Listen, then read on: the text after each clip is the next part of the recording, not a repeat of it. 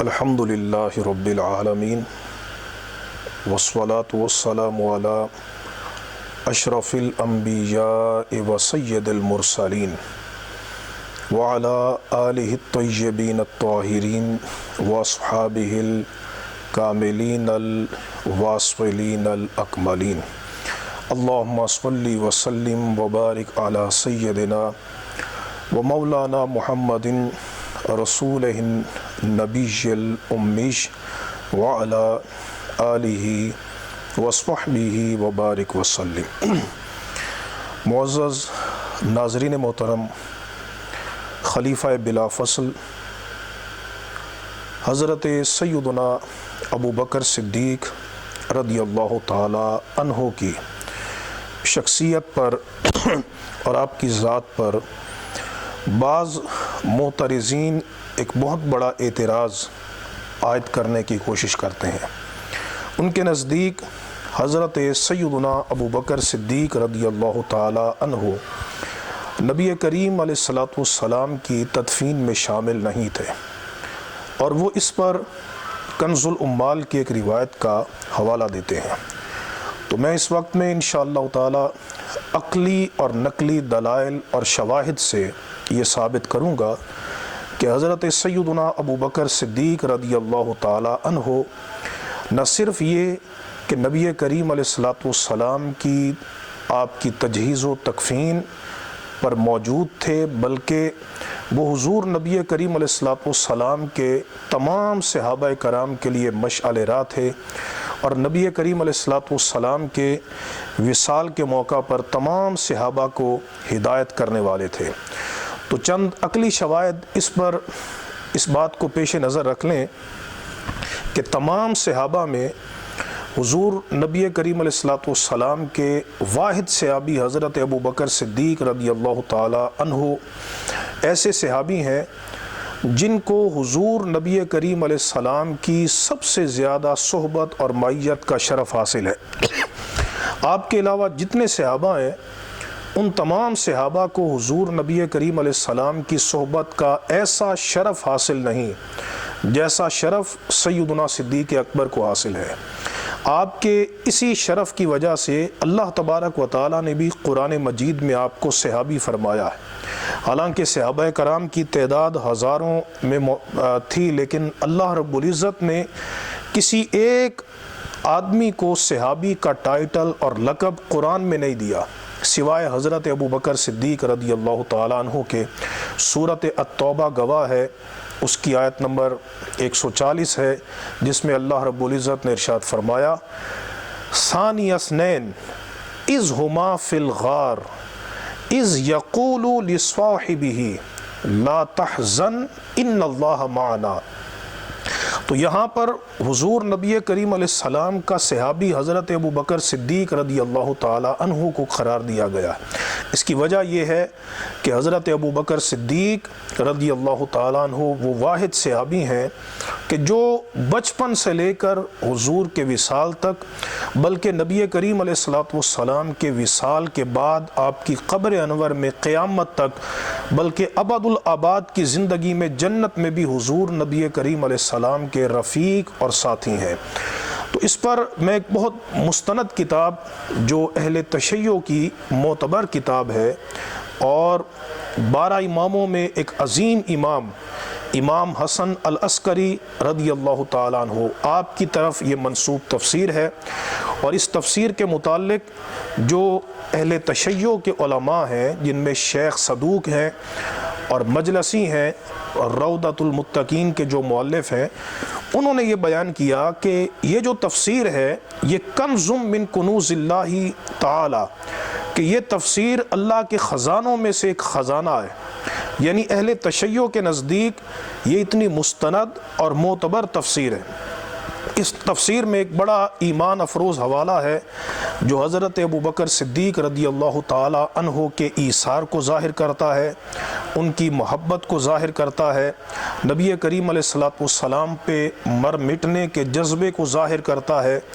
ان کا حضور نبی کریم علیہ السلام سے عشق اور وارفتگی کا جو تعلق ہے اس کو ظاہر کرتا ہے کہ حضرت ابوبکر صدیق رضی اللہ تعالی عنہ کی حضور نبی کریم علیہ السلام سے نسبت کس قدر استوار تھی۔ تو یہ تفسیر حسن عسکری ہے اور اس میں اس کا صفحہ نمبر 435 ہے، اور یہ کتاب ایران کی چھپی ہوئی، ایران کی ذوی القربہ یہ مکتبہ ہے، تو ایران کی چھپی ہوئی عربی کتاب ہے امام حسن عسکری کی تفسیر میں، کہ جب اللہ رب العزت نے اپنے محبوب علیہ السلام کو ہجرت کا حکم دیا تو اس میں اللہ رب العزت نے حضرت جبرائیل امین علیہ السلام کو بھیجا، اور بھیج کر دو شخصیات کے متعلق اللہ نے وحی فرمائی۔ ایک وحی اللہ رب العزت نے حضرت مولا علی شیر خدا رضی اللہ تعالی عنہ کے متعلق فرمائی، اور اپنے حبیب علیہ السلام کو یہ حکم دیا کہ ان تبیت علیٰ فی موضعک، کہ محبوب علی تمہارے بستر پہ سوئے گا اور تمہارے بستر پر رات گزارے گا۔ اور دوسرا حکم اللہ رب العزت نے حضرت سیدنا ابوبکر صدیق رضی اللہ تعالی عنہ کے متعلق دیا، اور وہ کیا فرمایا کہ امارا کا ان تستصحب ابا بکر، حضرت جبرائیل امین علیہ السلام نے یہ عرض کی یا رسول اللہ صلی اللہ علیہ وسلم، اللہ رب العزت آپ کو یہ حکم دیتا ہے، یہ بات حکماً ارشاد فرماتا ہے کہ محبوب آپ نے اپنے سفر میں اپنا ساتھی اور رفیق ابوبکر صدیق کو بنانا ہے۔ اب یہاں پہ ذرا سوچئے کہ باقی صحابہ بھی موجود تھے، اور یہ اتنا پرپیچ سفر ہے کہ اس میں تمام اہل مکہ حضور کی جان کے درپے ہیں، اور پتہ ہے کہ اس سفر میں اگر حضرت ابوبکر صدیق رضی اللہ تعالیٰ عنہ حضور کے ساتھ جائیں گے تو وہ ان کے بھی دشمن بن جائیں گے، ان کے گھر والوں کے دشمن بھی بن جائیں گے، ان کے بوڑھے ماں باپ بھی مکہ میں ہیں، بہن بھائی بھی مکہ میں ہیں۔ لیکن کیا یہ حضرت ابوبکر صدیق کا ایثار نہیں ہے کہ انہوں نے نہ اپنے بوڑھے ماں باپ کی پرواہ کی، نہ اپنے بچوں کی پرواہ کی، نہ حضرت ابوبکر صدیق رضی اللہ تعالی عنہ نے آپ نے اپنے کاروبار کی پرواہ کی، بہت بڑے تاجر تھے لیکن سب کچھ چھوڑ دیا، بلکہ بعض روایات میں ہے کہ ہزارہا درہم وہ اس سفر ہجرت میں حضور نبی کریم علیہ السلام کے ساتھ لے کر چلے۔ اور اس میں یہ ہے کہ جب حضور نبی کریم علیہ السلام کے پاس یہ وحی آئی کہ آپ نے صدیق اکبر کو اپنا رفیق بنانا ہے، تو نبی کریم علیہ السلام حضرت صدیق اکبر کے پاس آئے اور ان سے آ کر حضور نے یہ بات ارشاد فرمائی، ارضیت ان تکون معی یا ابا بکر تطلب کما اطلب، فرمایا کہ ابو بکر کیا تو اس بات پر راضی ہے کہ تو میرے ساتھ سفر ہجرت میں جائے تو پھر تجھے بھی اسی طرح تلاش کیا جائے گا جس طرح مجھے تلاش کیا جائے گا، یعنی جس طرح لوگ میری جان کے درپے ہیں ابو بکر وہ تجھے بھی شہید کرنے کے درپے ہو جائیں گے، تو کیا تم اس بات پر راضی ہو کہ تمہیں طرح طرح کے عذاب میری وجہ سے ملیں؟ تو سنیے امام حسن عسکری کی اس تفسیر میں کیا موجود ہے کہ حضرت ابو بکر صدیق نے کیا جواب دیا۔ عرض کی حضور یا رسول اللہ اما انا لو عشت عمر الدنیا، حضور اگر میں دنیا کی زندگی کے برابر زندہ رہوں اور اعذب فی جمیعہا اشد عذاب، اور حضور مجھے ساری زندگی بہت سخت عذاب ہوتا رہے اور اس طرح کہ مجھ پر موت بھی نہ آئے اور نہ کوئی سکون میری زندگی میں آئے، لیکن یا رسول اللہ وَكَانَ ذَلِكَ فِي مَحَبَّتِكَ، لیکن حضور یہ سب کچھ آپ کی محبت میں ہو،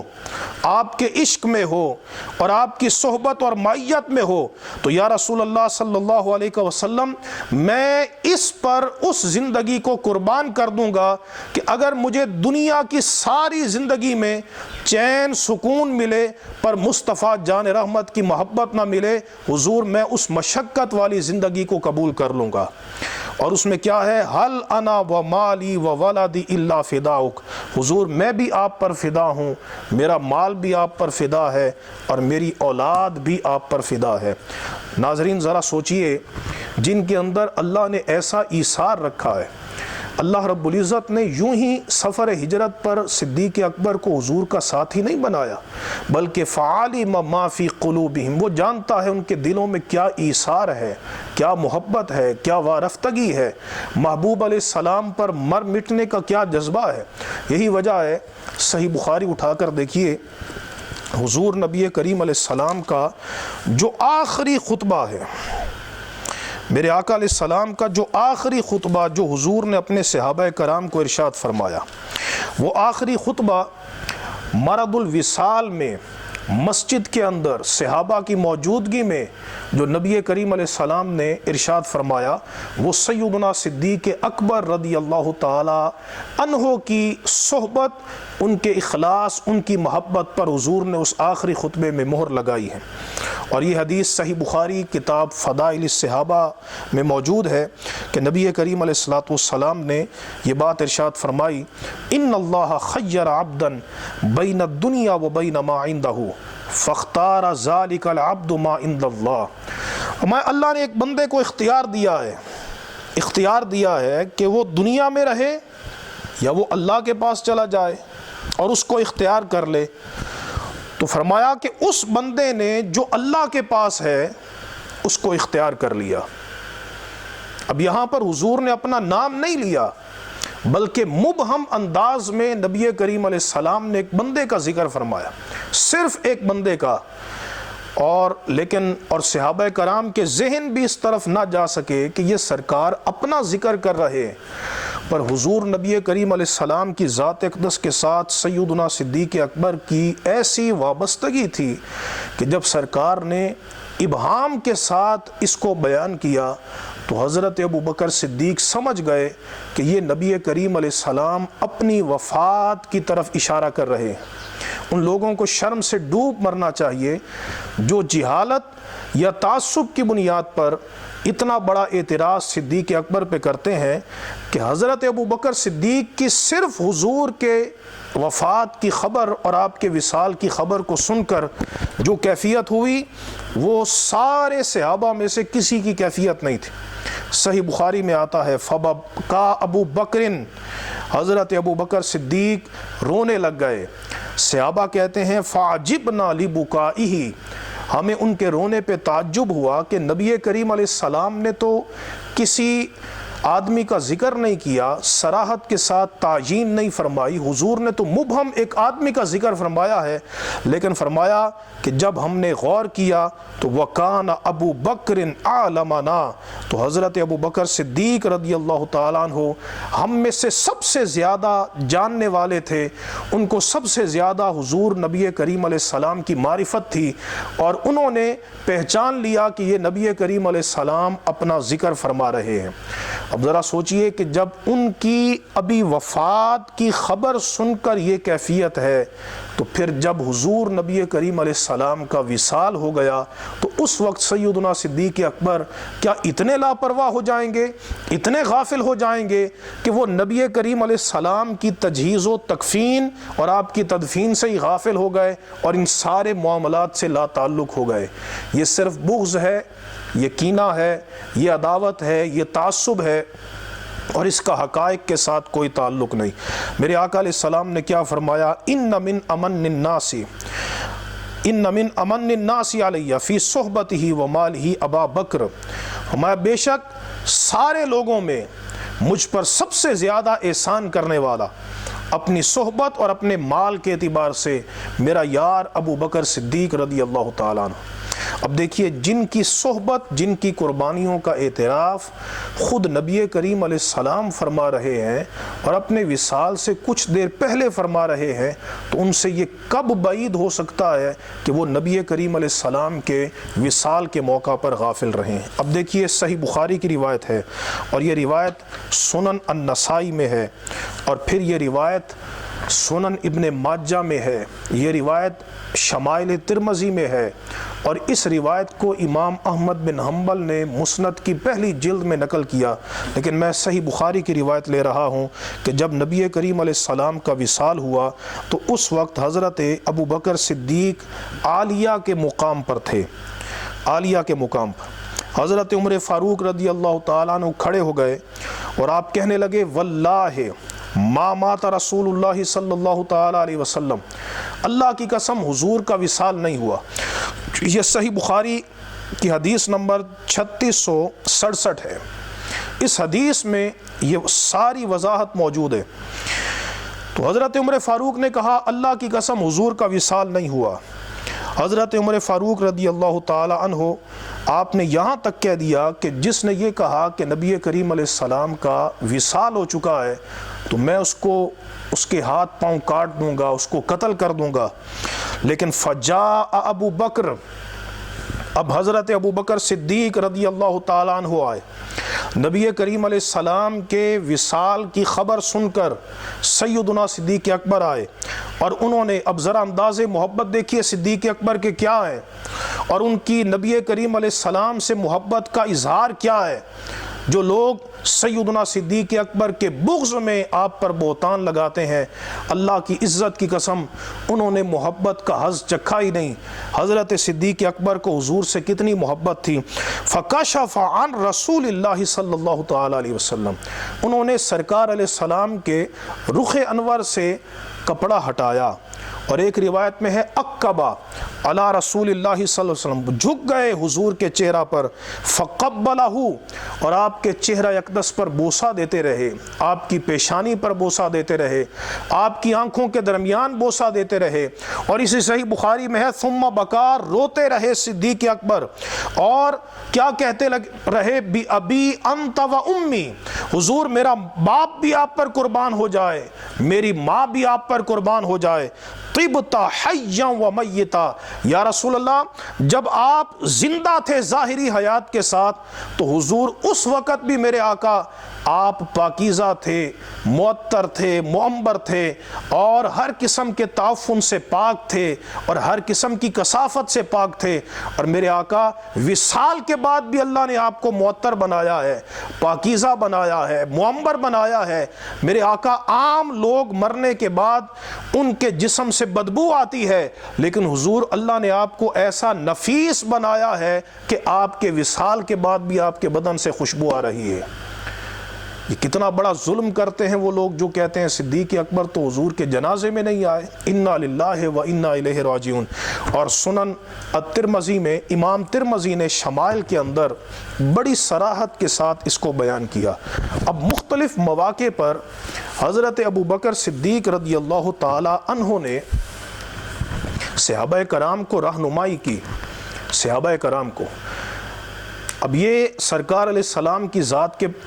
بعد حضرت اب فاروق اعظم رضی اللہ تعالیٰ عنہ، آپ نے جو یہ فرمایا کہ حضور کا وصال نہیں ہوا،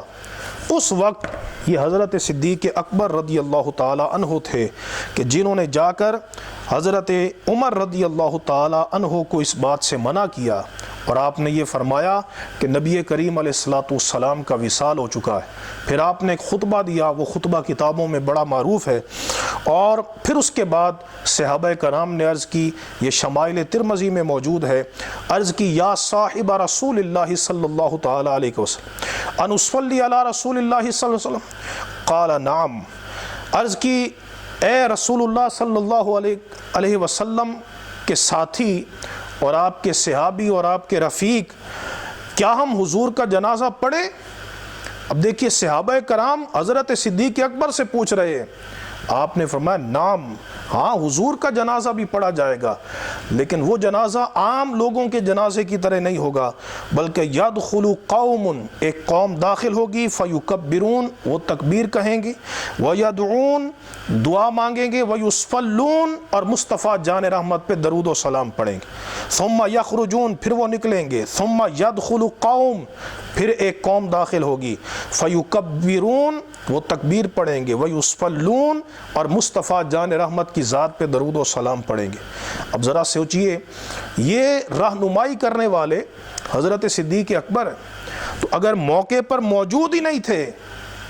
تو پھر یہ رہنمائی کیسے فرما رہے؟ بلکہ نبی کریم علیہ السلام کی تدفین کے موقع پر صحابہ کرام کا اختلاف ہو گیا۔ بڑی بڑی کتابوں میں، یہ شمائل ترمذی میں موجود ہے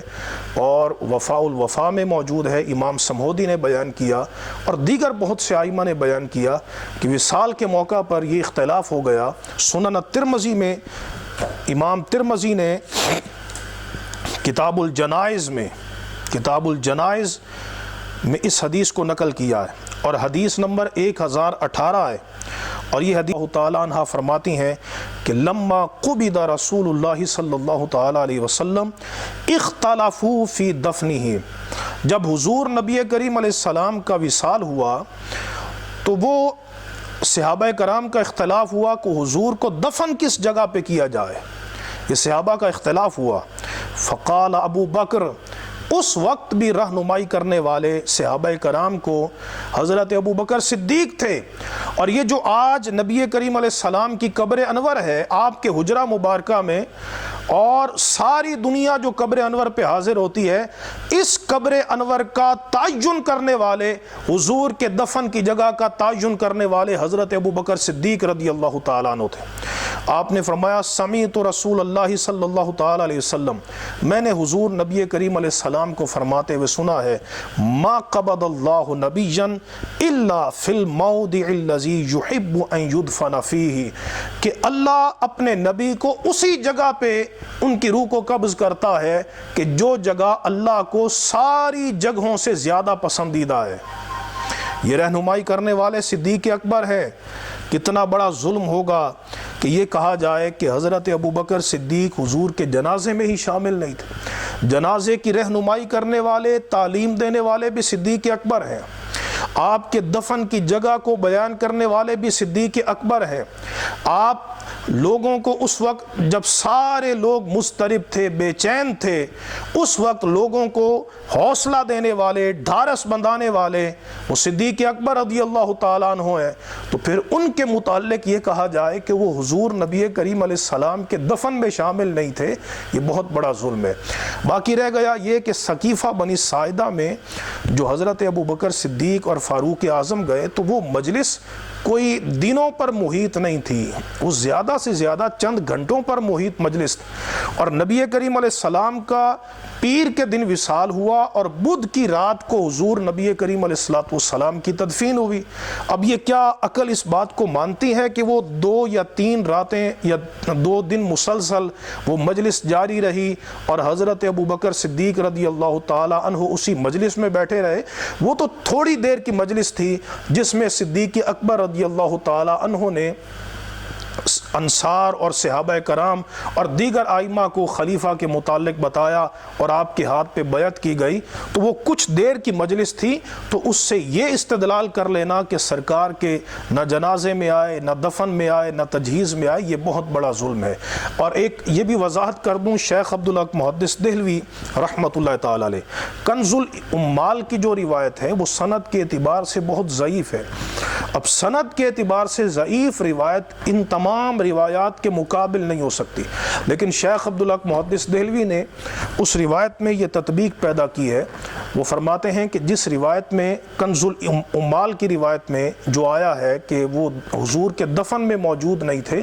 اس کی تعویل یہ ہے، شیخ عبدالحق محدث دہلوی نے مدارج النبوت کی 2 جلد میں بیان کیا ہے۔ وہ فرماتے ہیں کہ حضرت ابو بکر صدیق نے خود مولا علی شیر خدا سے فرمایا تھا، چونکہ حضور کے حجرے میں تمام صحابہ تو نہیں آ سکتے تھے، اس لیے حضرت صدیق اکبر نے خود فرمایا تھا کہ حجرے میں صرف حضور کی اہل بیت رہیں گے،